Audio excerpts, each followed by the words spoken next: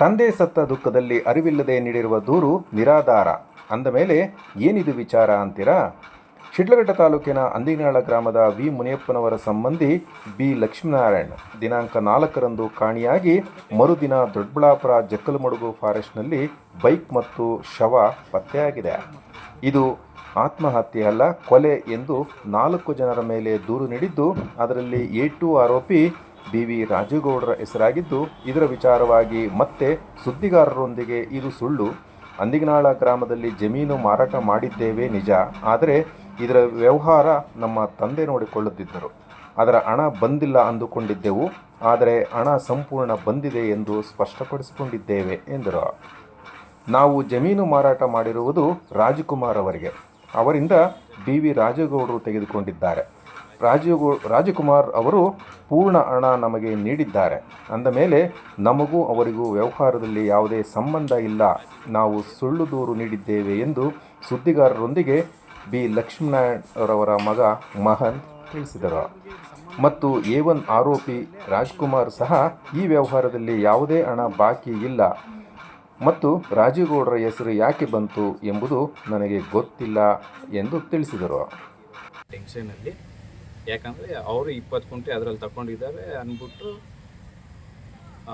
ಇದು ಇರ್ಬೋದು ಅಂದ್ಬಿಟ್ಟು ಇದು ಮಾಡಿದ್ದೆ. ಬಟ್ ಆದರೆ ನಮ್ಮಪ್ಪ ಏನಿದ್ರು ವ್ಯವಹಾರ ರಾಜ್ಕುಮಾರ್ ಹತ್ರ ಅಗ್ರಿಮೆಂಟ್ ಮಾಡಿಕೊಟ್ರೆ ಅವ್ರ ಹತ್ರ ಮಾಡಿರೋದು. ರಾಜೇಗೌಡರು ನಮ್ಮ ಅಪ್ಪಗೆ ಡೈರೆಕ್ಟ್ ಇನ್ವಾಲ್ವ್ಮೆಂಟ್ ಏನಿಲ್ಲ, ನಾವು ಮನವರಿಕೆ ಮಾಡಿಕೊಂಡು ಇವಾಗ ರಾಜೇಗೌಡರು ಏನು ತಪ್ಪಿಲ್ಲ. ಮಾರಾಟ ಮಾಡಿದ್ದು 1 ಎಕರೆ, ಅದರಲ್ಲಿ ರಾಜೇಗೌಡರದ್ದು 20 ಕುಂಟೆ ಇತ್ತು, ರಾಜ್ಕುಮಾರ್ದು 20 ಕುಂಟೆ ಇತ್ತು. ಇವರಿಬ್ಬರು ಸೇರಿ ಮಾಡಿರ್ಬೋದು ಅಂತೇಳಿ ಒಂದು ಅನುಮಾನಾಸ್ಪದವಾದ ಒಂದು ಅನುಮಾನ ಇತ್ತು ಅವ್ರಿಗೆ.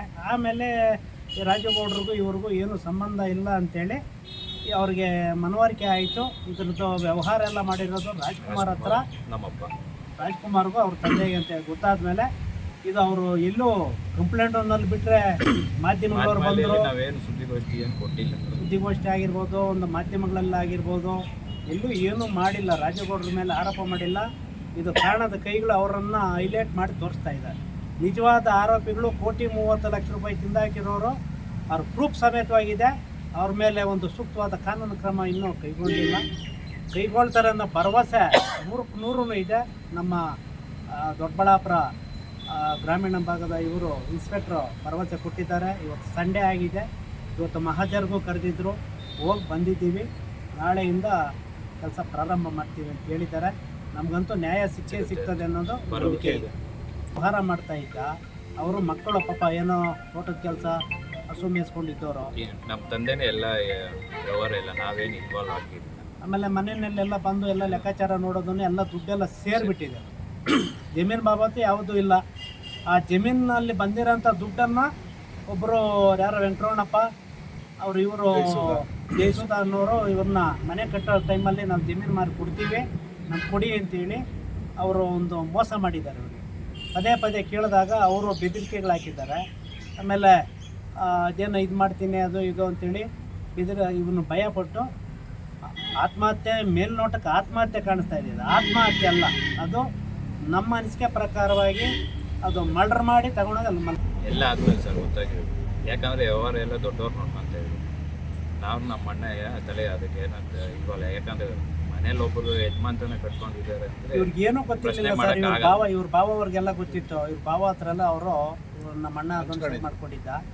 ಅವ್ರಿಗಾಗಿದೆ ನಮ್ಮ ಹುಡುಗನಿಂದ ಮಾಹಿತಿ ಕೊರತೆ ಆಗಿ ತಿಳುವಳಿಕೆ ಇಲ್ದಿರ ಆ ಥರ ಪಟ್ಟು ಅವ್ರ ಮೇಲೆ ಒಂದು ದೂರು ಕೊಟ್ಟಿದ್ದಾರೆ. ಆಮೇಲೆ ಅದು ಮನವರಿಕೆ ಆಗಿ ಭಾಳಷ್ಟು ಜನ ಮಾಧ್ಯಮಗಳವರು 3 ದಿನದಿಂದ ಬರ್ತಾನೆ ಇದ್ದಾರೆ. ಅವ್ರ ಬಗ್ಗೆ ಇಲ್ಲಿ ಏನು ಮೀಡಿಯಾ ಆಗಲಿ ಅದ್ರ ಬಗ್ಗೆ ಅವ್ರ ಬಗ್ಗೆ ಯಾರು ಏನು ಮಾತಾಡಿಲ್ಲ. ಅದೊಂದು ತಪ್ಪಾಗಿದೆ. ನಮ್ಮ ಕಡೆಯಿಂದ ಕ್ಷಮೆ ಇರಲಿ ಅಂತೇಳಿ ನಾವು ಕೇಳ್ಕೊತಾ ಇದ್ದೀವಿ. ಅಲ್ಲ, ಈ ಕ್ಷಮೆ ಅನ್ನೋದಕ್ಕಿಂತ ಮುಖ್ಯವಾಗಿ ಇಲ್ಲಿ ತಾವು ಹೇಳ್ತಾ ಇದ್ದೀರಾ ಇದು ಕೊಲೆ ಆಗಿದೆ ಅಂತ ಸಂಶಯ ಪಡ್ತಾ ಇದ್ದೀರಾ. ಇಲ್ಲಿ ಮತ್ತು FIR ಬೇರೆ ಆಗಿದೆ. ಏನು ಯಾವ ರೀತಿ ಇವಾಗ ದುಡ್ಡಿನ ವ್ಯವಹಾರ ಇರ್ಬೋದು, ಇವೆಲ್ಲ ನಡೆಯೋದೇ ದುಡ್ಡಿನ ವ್ಯವಹಾರದಿಂದ ಅಂತ ಪ್ರತಿಯೊಬ್ಬರಿಗೂ ಗೊತ್ತಿದೆ. ಅಲ್ಲಿಗೆ FIR ಆಗಿದೆ. ಇದನ್ನು ಇವಾಗ ನೀವು ಅದನ್ನು ನಮಗೆ ಗೊತ್ತಿಲ್ಲದೆ ಏನೋ ದಿನಗಳಲ್ಲಿ ನಾವು ಹೇಳಿದ್ದೀವಿ ಅಂತ ನೀವು ಬಾಯಿ ಮಾತಲ್ಲಿ ಹೇಳ್ತಾ ಇದ್ದೀರಾ. ಯಾವ ರೀತಿ ಇದನ್ನು ಸಮಾಜಿಸ್ಕೊತೀರಾ ಲಾಸ್ಟಲ್ಲಿ?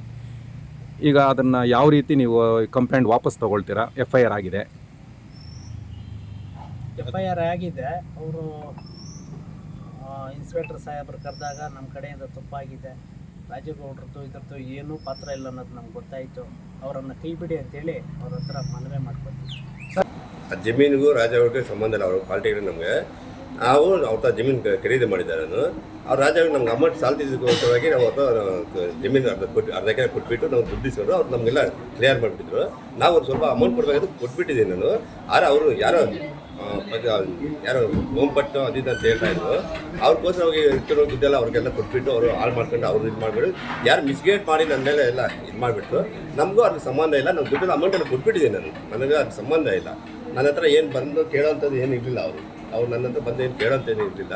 ಆದರೆ ನನ್ನ ಹೆಸರು ಬಂದ್ಬಿಟ್ಟು ಯಾರು ಬೇಕಾಗಿರೋ ಅಪೋಸಿಷನ್ ಪಾರ್ಟಿಯವರು ಏನು ಮಾಡಿದ್ರು ಏನೋ ಗೊತ್ತಿಲ್ಲ, ಪಾಪ ಅವ್ರ ಹೆಸರು ಹಾಳು ಮಾಡೋದಕ್ಕೆ, ರಾಜೇಗೌಡರ ಹೆಸರು ಹಾಳು ಮಾಡೋದಕ್ಕೆ ಇದು ಮಾಡಿದ್ರು. ಆದರೆ ಅವ್ರಿಗೆ ಸಂಬಂಧ ಇಲ್ಲ.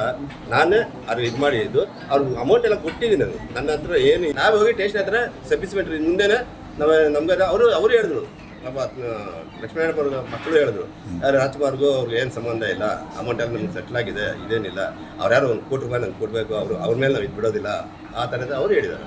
ಕೊಟ್ಟು ಅವ್ರ ಪಾಪ ಹುಡುಗರಿಗೆ ಯಾರಿಗೆ ಹೇಳ್ಕೊಟ್ಟು ಅವರು ಕಂಪ್ಲೇಂಟ್ ಕೊಟ್ಟು ಅವ್ರ ಮಗನ ಕೊಟ್ಟರು ಅಂತ ಗೊತ್ತಾಯ್ತು ನನಗೆ. ಚಿಕ್ಕ ಮಗ ಹಿಂಗೆ ಕಂಪ್ಲೇಂಟ್ ಕೊಟ್ಟಿದ್ದು ಅಂತೇಳಿ ಗೊತ್ತಾಯ್ತು ನನಗೆ. ಅವಾಗ ಏನಪ್ಪ ಯಾಕಪ್ಪ ಈ ಥರ ನನ್ನ ಮೇಲೆ ಕೊಟ್ಟಿದ್ದೆ ಹಾಗೆ ಅಂತ.